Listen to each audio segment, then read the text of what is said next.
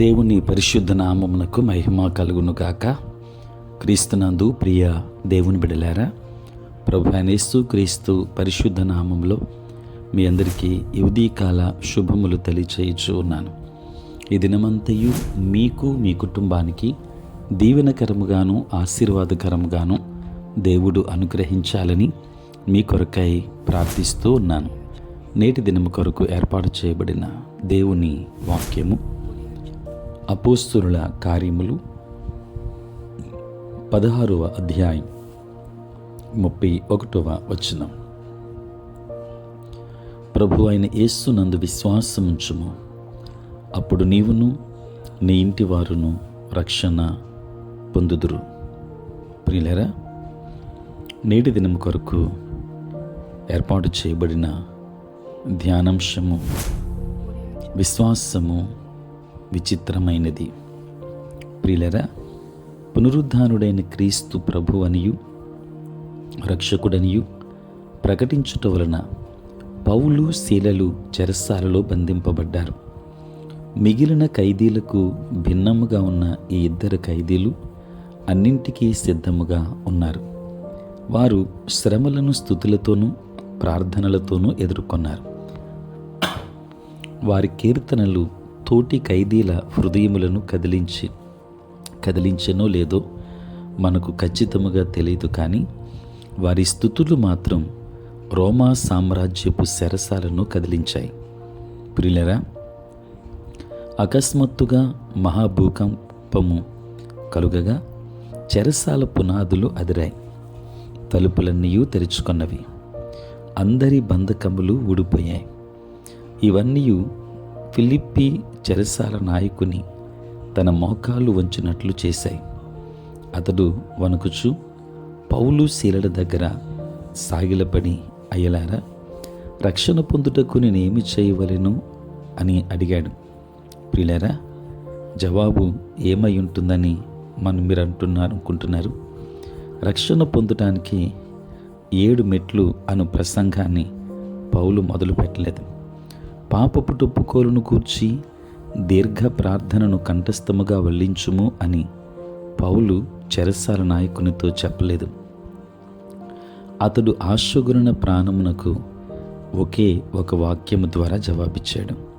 ఒకవేళ దేవుడు చెరసాల నాయకునికి జవాబు చెప్పవలసి ఉన్నట్లయితే ఇదే మాట ఆయన చెప్పి ఉండేవాడని మనము జ్ఞాపకం చేసుకోవాలి. ప్రియులారా, ప్రభు అయిన యేసునందు విశ్వాసముంచుము, అప్పుడు నీవు రక్షణ పొందుదువు అని చెప్పాడు. దేవుని బిడ్డలారా, చెరసాల నాయకుడు అడిగినట్లుగానే లక్షలాది ప్రజలు నేడు కూడా రక్షణ పొందుటకు నేనేమి చేయవలెను అని అడుగుతున్న ప్రజలు అనేక మంది. ఇదే వారి హృదయ స్పందన. పుణ్య స్నానముల ద్వారా తమ పాపములు కడగబడును అను ఆశతో వారు ఒకదాని తర్వాత మరొకటిగా తీర్థయాత్రలు చేస్తున్న వారు ఉన్నారు. చాలామంది గతములో చేసిన పాపపు పనులకు ప్రాయశ్చిత్తముగా దాన ధర్మములు చేసేవారు ఉన్నారు. వీటిలో దేని ద్వారా కూడా వారు దోషపూరితమైన మనస్సాక్షి నుండి విడుదల పొందలేక మనశ్శాంతిని ఎరుగక ఉన్నారు. ప్రియులారా, ఒకే ఒక మార్గం ఉన్నది. అదేమంటే ప్రభు అయిన యేసునందు విశ్వాసముంచుము. దేవుని బిడ్డలారా, ఈ భూమి మీద ఆయన పరిచర్య చేసిన దినములలో యేసు రోగులను స్వస్థపరిచారు. దయ్యములచే పీడింపబడుచున్న వారికి విడుదల కలుగు చేశారు.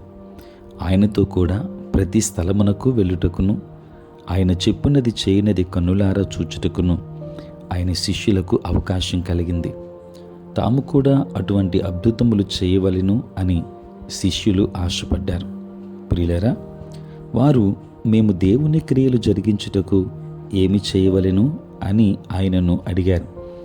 అద్భుతములు ఎట్లు చేయవలెనో దాని పద్ధతులు మొదలుగున్నవి ఆయన బోధించును అని బహుశా వారు ఆశించి ఉండొచ్చు. వారిని నిరాశపరచుచు ఆయన పంపిన వాని యందు మీరు విశ్వాసముంచుటయే దేవుని క్రియ అని ప్రభు సెలవిచ్చారు. యోహాను సువార్త 6వ అధ్యాయం 28, 29 వచనాలు. ప్రియులారా, సామాన్యమైన మాటలే కానీ నగ్న సత్యములు, లోతైన సత్యములను వెదకవలనను ఉద్రేకముతో ఆశపడుచున్న నేటి బైబిల్ పండితులకు బహుశా ఇది ముఖ్యము కాకపోవచ్చు.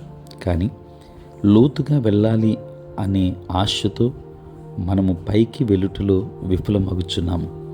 కనుక దేవుని యందు విశ్వాసం ఉంచుట ద్వారా దైవాశీర్వాదములు మనం పొందుకుంటాం. విశ్వాసం ఉంచుదాం, స్థిరపడదాం, విశ్వాసపు కవచాన్ని ధరించుకుందాం.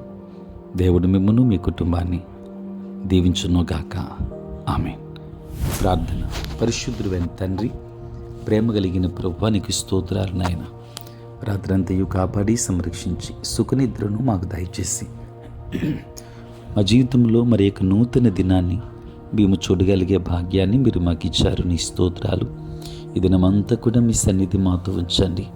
మీ ప్రసన్నత మాకు అనుగ్రహించండి. మా ప్రతి బలహీనత నుండి విడుదలనివ్వండి.